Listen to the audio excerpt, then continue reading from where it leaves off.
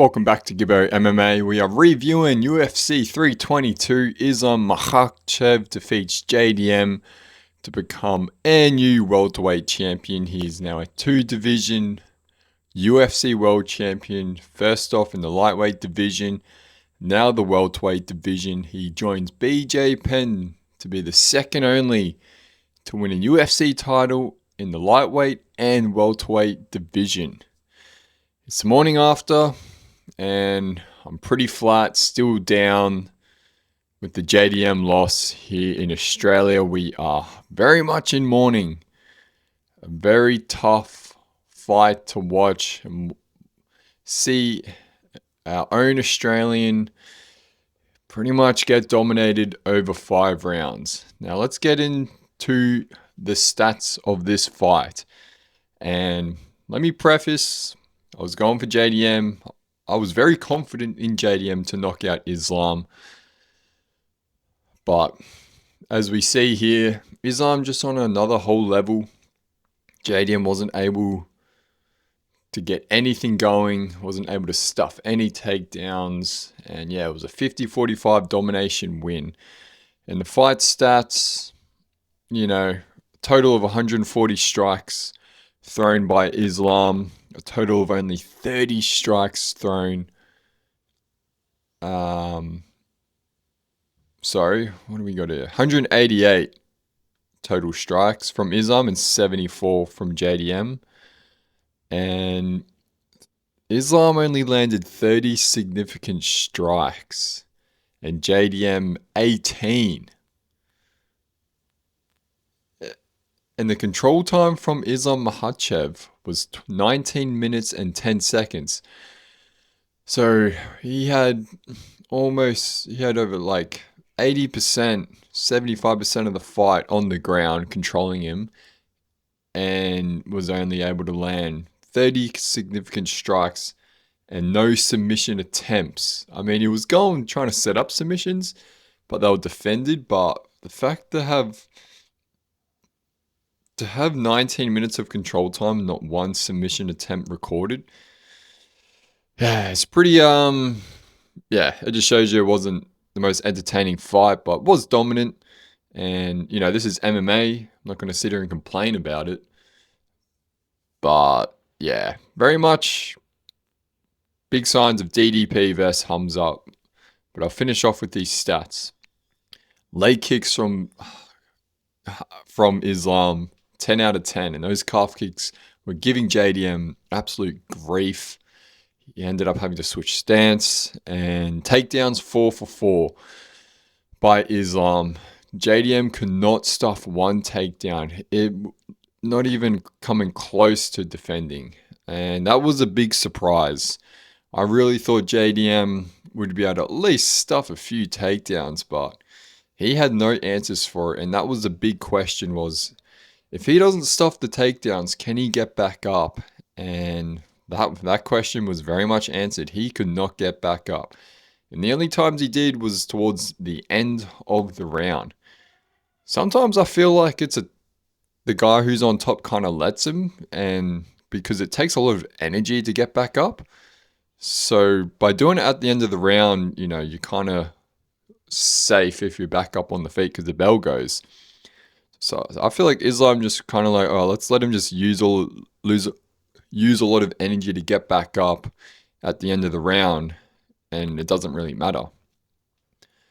But yeah, very much similar signs of control time with the Hamzat DDP fight. Hamzat had like 21 minutes of control time, but Hamzat, you could see he landed a lot more damage with that crucifix position. But was still very safe-minded, not taking a lot of risk. And you saw that here, and I feel like, you just got to win the belt. Win the belt by all means. And that's what we saw here. And another big question was, could Islam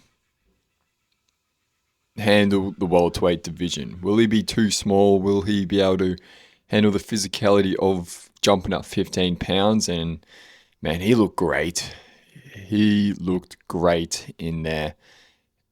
And took me back to the Dustin Poirier fight when Dustin was able to stuff some takedowns and land shots and did a lot better. Even though he got finished in the 5th, he was very competitive in that fight, Dustin. But Islam, when he fights at 155, he is taking a lot away from his performances because of how depleted and how much weight he cuts. So you're not getting peak Islam. And that's what you saw there. JDM was fighting peak, in shape, not depleted. And Islam was able to redline in there. He looked absolutely great, even though, I would have liked to see him take more risk, but he just had to get the win. Easy path to victory was to just control JDM on the ground. He's now on a 16-fight win streak, tied with Anderson Silva for the longest UFC win streak in history. And yeah, as an Aussie, I don't know if I can say the words, but I'm going to have to. Islam, he's beaten Dan Hooker, Volkanovski twice, and now JDM. Islam was 4-0 against the Australian-New Zealand region. And I hate to say it, very much going to regret saying this, but at the moment, Islam is father of Australia and New Zealand. Because I was saying freaking Craig Jones is father of Dagestan, but man, I'll get into the rest of the card as well. But yeah, just focusing on the main event first, reviewing. Having Craig Jones in the corner for Volk in the first Islam fight, we thought, okay, there's something here. And this time round, I feel like it helped JDM very much in the department of submission defense. That's where it worked. Was JDM was able to fend off the submissions. Islam gave full credit to JDM for being able to defend the submissions, and in my instant reaction, coming off straight off the fight, high emotion, straight off the cuff, I was saying it was very much a stalemate once Islam was in that half guard. We kind of just played it safe, and that's why I was asking for a bit more action from Herb Dean to go, come on, let's go, look to pass, look to finish the fight. And it didn't look like Islam was looking to finish the fight a lot of the time, and it's kind of like, well, I wonder what would have happened if Mark Goddard was the referee, because he was the one when Jelton Almeida versus Volkov fight was happening, getting them to stand up. Obviously, Islam was doing a little bit more, but 19 minutes, 30 significant strikes landed. I mean, surely there could have been one stand up during that. But I don't think it would have changed anything. I think Islam would have just taken him down again. And yeah, JDM, back to the drawing board with stuffing the takedowns. There was no signs of him defending it. He instantly in the first round got that single leg Islam did and got him right down.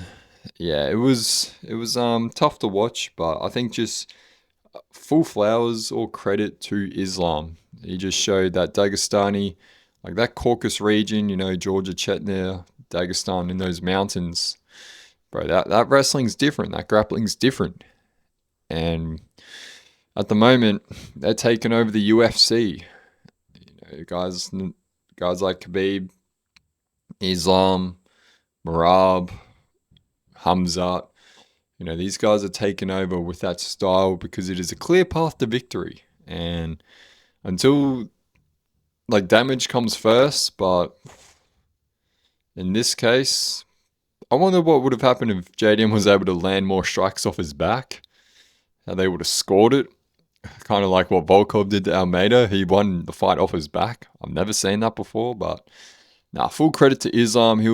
I already had him pound for pound number 1, but currently he's number 2, but he'll be pound for pound number 1. And JDM will forever be a UFC world champion, and he can say he's fought one of the top 20 best fighters in history. And he was able to he was just in survival mode, didn't he? He was the grimace on his face. We couldn't see any of his boxing get going. And I think it was just very much a skill level gap in this fight. And he will be much better for it. So I'd hate to have to fight JDM next, but I hope he can regroup, recover, because losing to Islam, man, hey, there's nothing I wouldn't be down about it. This guy is so tough. Like, look where he comes from. Look who his coaches are, his training partners, his like Khabib, and yeah, man, like JDM probably can beat everyone else in that division, but I think Islam is the kryptonite to any single fighter in the world. Now, co-main event, Valentina Shevchenko, again, another dominant performance, gets the 50-45 win over Zhang Weili. I had Shevchenko winning, and I thought it was going to be a bit closer than this, but Shevchenko was just too dominant and too strong for Weili. I thought Weili was going to be able to defend the takedowns, to be a bit better on the ground, but it was very much gave me signs of Rose Numbers in her second fight against Rose Namajunas, when she just got stuck on her back, wasn't able to get up. And after that Tatiana Suarez fight, I thought, she was a much better wrestler, and that skill gap is closing in the grappling. But Shevchenko, an absolute classy veteran performance. That was her 9th title defense, and that really showed there's weight classes for a reason in that fight. Whereas like Islam, it was like, he defied that saying weight class. There are weight classes for a reason. But yeah, I think Weili will go back down to 115 pound, back to strawweight, run through Mackenzie Dern.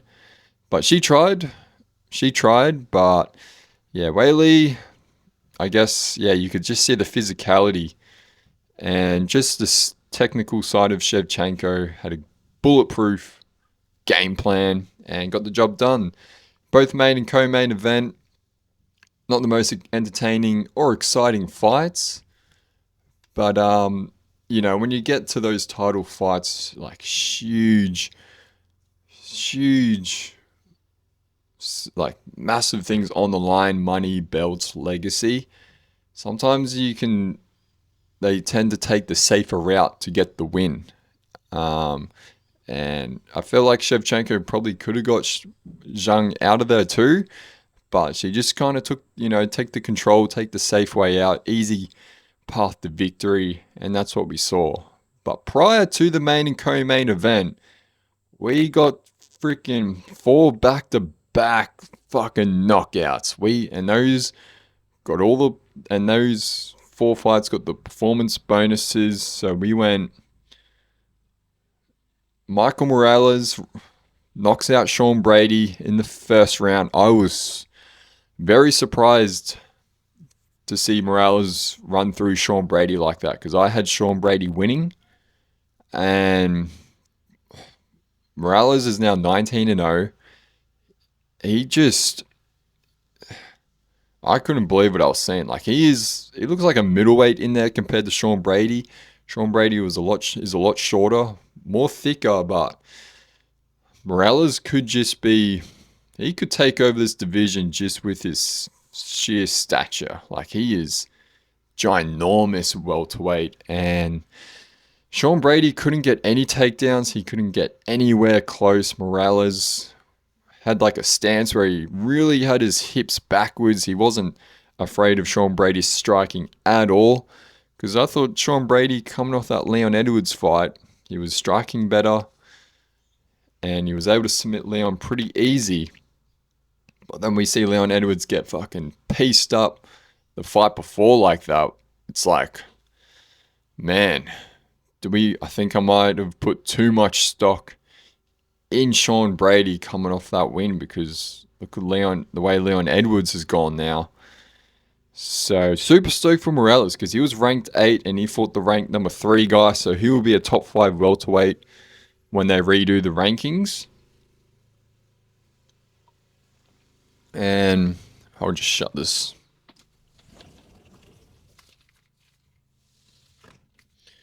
Mo's going.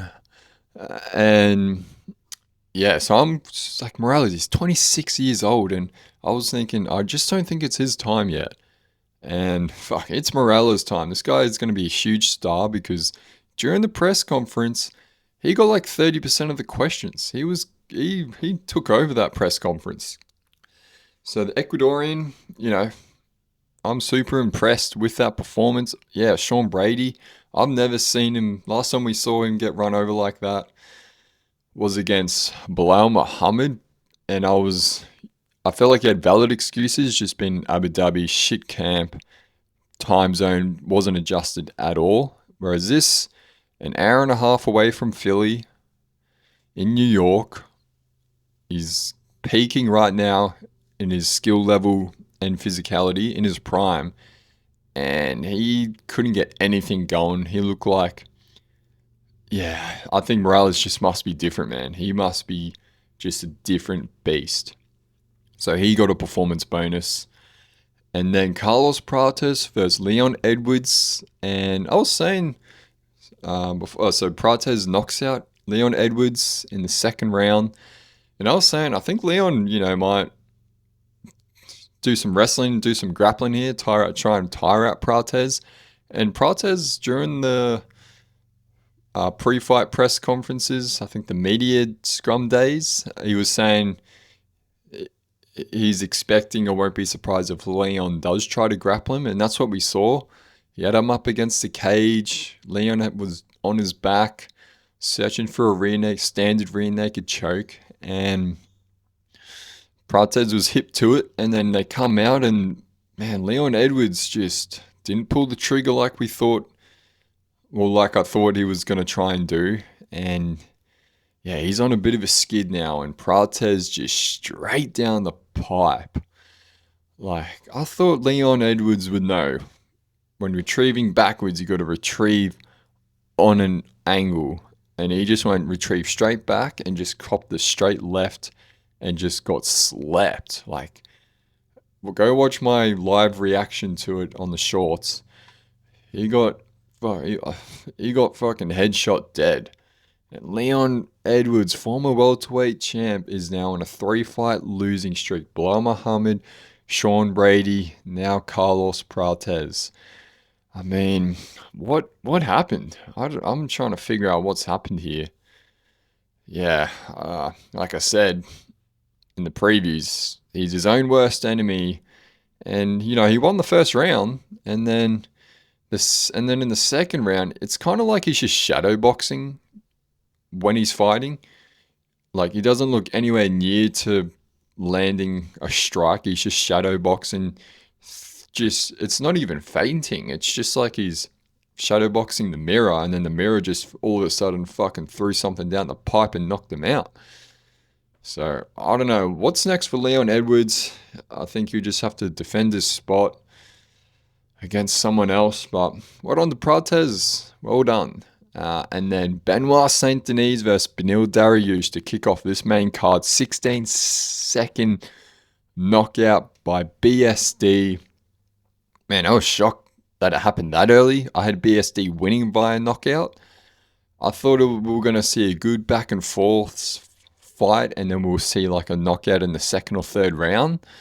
But 16 seconds in, like, Dariush gets a good calf kick, and then they get into the clinch, and BSD, I think it was an uppercut or a hook, that just drops Beneil Dariush like a light. That was super quick. I was stunned. But well done to BSD. He's on a resurgence now. Coming off that win in Paris against Rufy, and then Beneil Dariush. So he's on a 3-fight win streak, all via finishes. And yeah.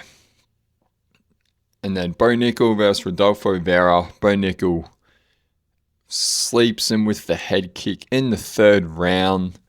Nasty, but, I was thinking Rodolfo Vera, if it gets to the ground, see what the submission thread holds, because he's a world champion, black belt jiu-jitsu world champion.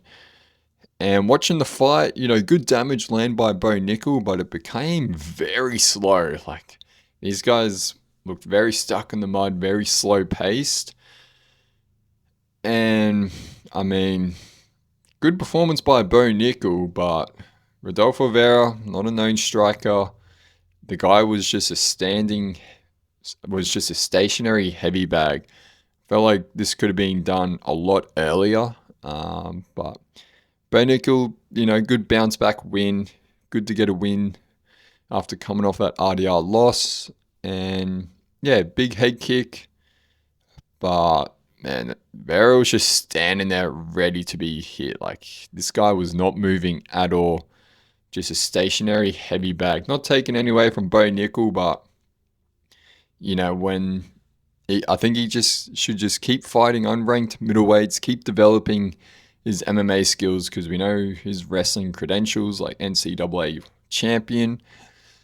But yeah, keep giving him these fights just to keep getting comfortable with the striking and everything, and keep getting that MMA fitness because if once he versus a guy that's much quicker and better cardio on the feet and all round and well-rounded, like those top 10 middleweights, you'll see he'll find it very hard to compete against them, because Rodolfo, not a very fast, and his main weapon is the jiu-jitsu.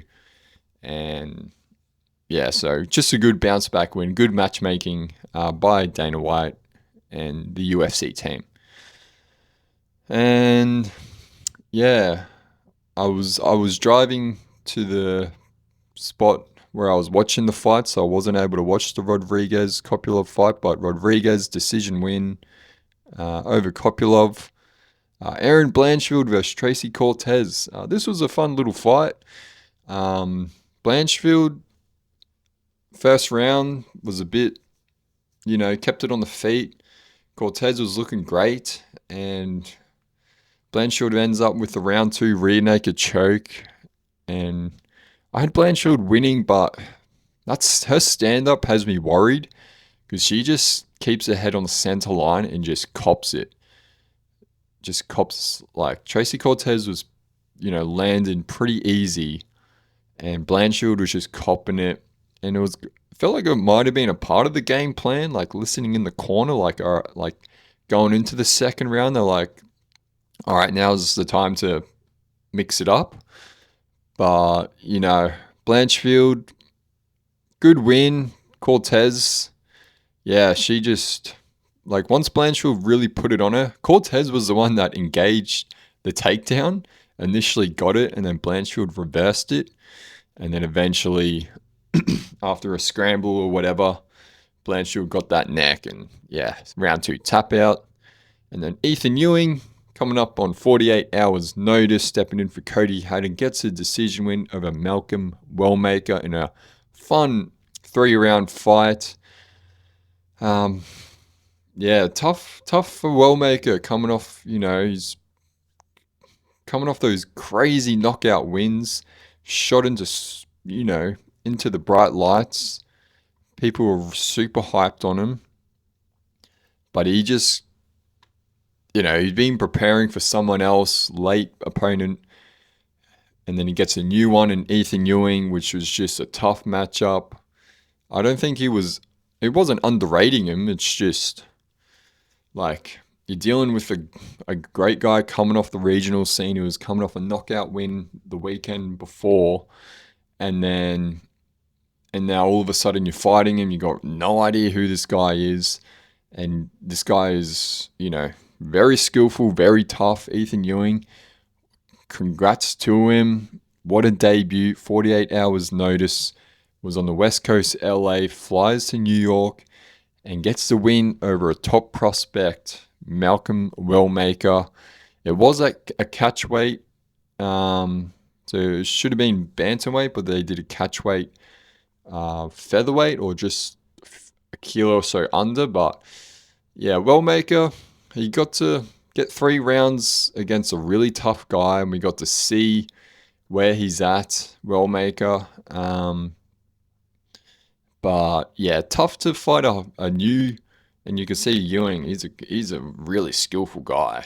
And yeah, tough to have to change your whole game plan or just all of that to get a new opponent. It was really tough. So yeah, Wellmaker just back to the drawing board, bounce back. But yeah, is what it is. And then Dorcas versus Gerald Mearshot. Yeah, I wasn't impressed by this. Like Mearshot, like Dorcas, a 50-second round one dash choke. Yeah, I wasn't really impressed because Gerald Mearshot, GM3. I'm not sure how he's still in the UFC. He's on a 4-fight losing streak now, and his last fight, really when he got knocked out against Michael Olajaychev, told me he shouldn't be in the UFC anymore. Like he's just not like at that level anymore.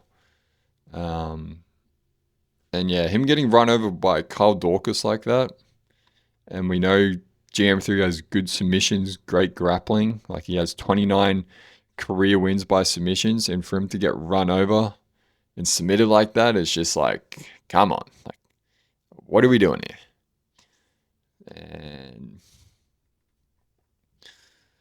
And yeah, I'll leave it at that. Fatima Klein, great win over a veteran Angela Hill, showed a lot of class, and I think she'll be a future strawweight champ. So yeah, great performance by Fatima, 3 rounds, 30-27. Great win. And yeah, the rest of the other fights, yeah, nothing too crazy. Pat Sabatini, decision win. And yeah, so that's UFC 322 done. All in the books. Still pretty down in the dumps about the JDM fight. You know, was looking so forward to a crazy matchup and just didn't go that way, but we will bounce back. On paper, this card was looking exceptional. It was an A+ on paper, and I'd probably give it, overall probably like a B+ because of the co-main and main event weren't like barn burners. Like we were on a trajectory for an A+ event with those 4 knockouts in a row. And then we kind of just got 5 rounds of just clear domination, but not clear like, it wasn't like it wasn't super entertaining. But just tough pill to swallow. Because I was super invested in this. But let me know your thoughts, guys. Comment below. Be sure to watch the live reactions. Let me know your thoughts. Any Australian fans out there, how you feeling? Islam just way too good. Way too good. Who he's going to fight next? It's probably going to be Kamaru Usman. Ilia Toporia's chirping up, but I don't think Islam will move back down to lightweight. Like, he is not the same fighter at lightweight, because if he goes back down to lightweight, man, he's going to be super depleted. You're not going to see the same strength and the same stamina at lightweight. So I think he sticks around at welterweight, defends a couple of times, and then rides the sunset. And not too much else to add on this. Islam will be pound for pound number 1 after this. You got Shavkat Rakhmonov, who's been out for almost a year now. He was like, he should be the next guy, but we don't know what's going on with him. Next week we got Arman Sarukian versus Dan Hooker. Can't wait for that matchup.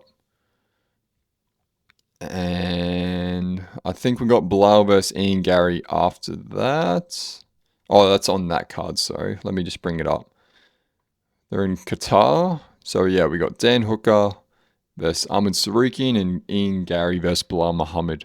So Ian McGarry could be, up there too. If he beats Bilal, he'll be a top 5 welterweight. But UFC 322 done. I'm glad to just put this one in the books and try and forget about it after that Tough loss with JDM, but full credit to JDM, not taking anything away. Super happy for him. Double champ. That is a huge feat. He joins a rare club to be a 2-division UFC world champion. But see you guys in the next video. Be sure to subscribe. Let me know your thoughts. But yeah, glad we can put this behind us and move forward. Catch you later.